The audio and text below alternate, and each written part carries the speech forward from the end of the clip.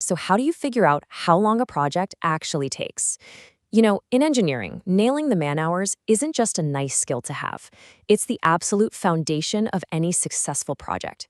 If you get it wrong, you're staring down the barrel of budget blowouts and missed deadlines.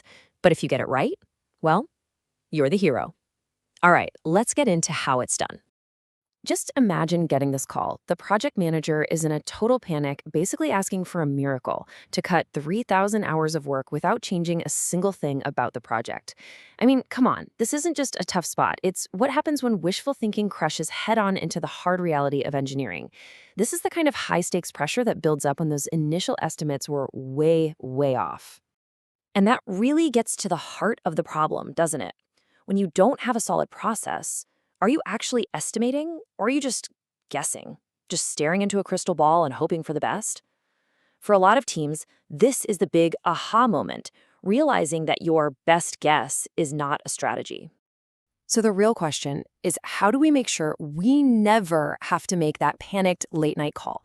How do we build a solid wall of predictability around our projects? Well, that's exactly what we're going to break down step by step. Here's the roadmap for today. First, we're going to talk about how to properly break down the work. Then we'll look at 3 different, really powerful ways to estimate it. After that, we'll see how those hours get turned into actual project costs. That's where the magic happens. We'll also cover how to handle some real-world challenges and common traps. And finally, we'll get to the real bottom line for any great estimator. All right, let's start with what is, without a doubt, the most important rule of the game. It sounds almost too simple, but this is the rock that every successful project is built on. You just can't estimate what you haven't defined. Trying to do that is like trying to guess the weight of a cloud. So before we even think about a single hour or a single dollar, we have to get really specific. And the master tool for getting specific is the Work Breakdown Structure, or WBS. Now, don't think of this as just another to-do list. It's so much more. It's really the architectural blueprint for your entire project. It's the one single document that says, here's every single piece of work that needs to be done, here's who's responsible for it, and here's how it all fits into the schedule and the budget. And you can see how it works right here. You start with a big picture program level, in this case, assembly line modification, then you slice that up into smaller projects, like initial planning, and you keep on slicing until you get these perfectly manageable bite-sized tasks. So why is this so important? Because it stops you from trying to estimate something impossibly vague.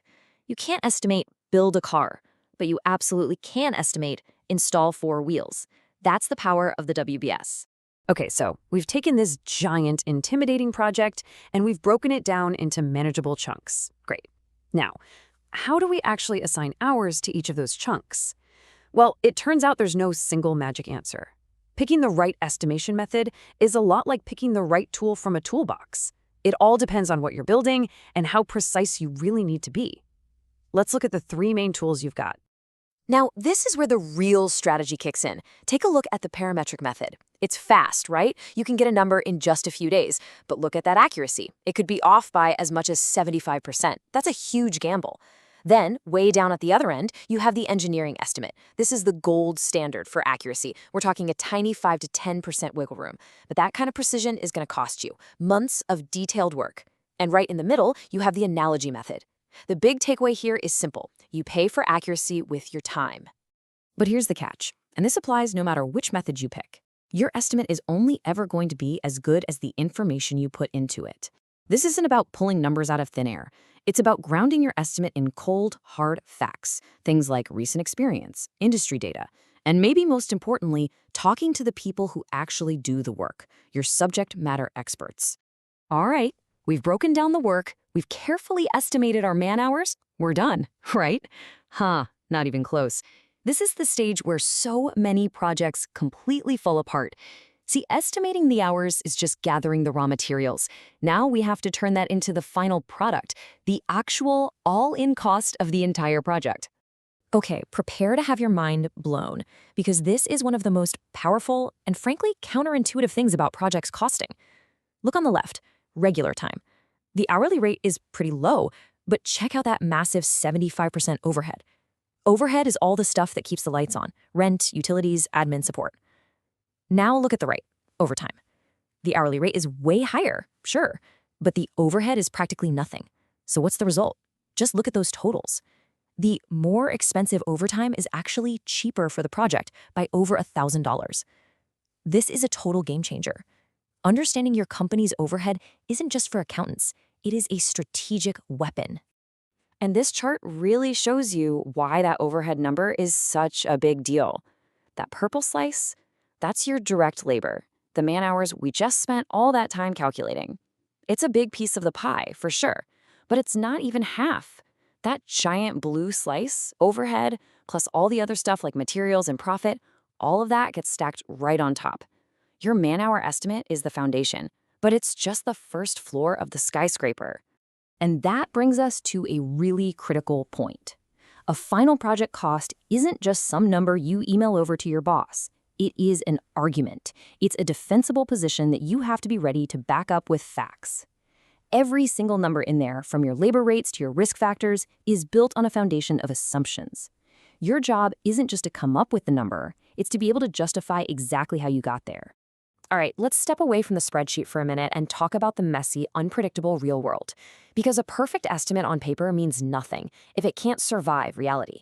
We need to talk about managing the people on the project, and maybe more importantly, how to avoid the common landmines that can blow up even the most carefully made plans. Think about your project's need for people like a heartbeat on a monitor. Without any planning, it's all these jagged peaks and deep valleys, a total nightmare for a manager. Manpower smoothing is the art of calming that heartbeat down, turning those jagged lines into a more stable, predictable rhythm. Yeah, it might mean your weekly costs fluctuate a little, but what you get in return is a more stable, less burned out team.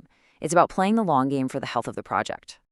And here they are, the 5 biggest project killers you have to watch out for. The most tempting one, and maybe the most dangerous, is the buy-in.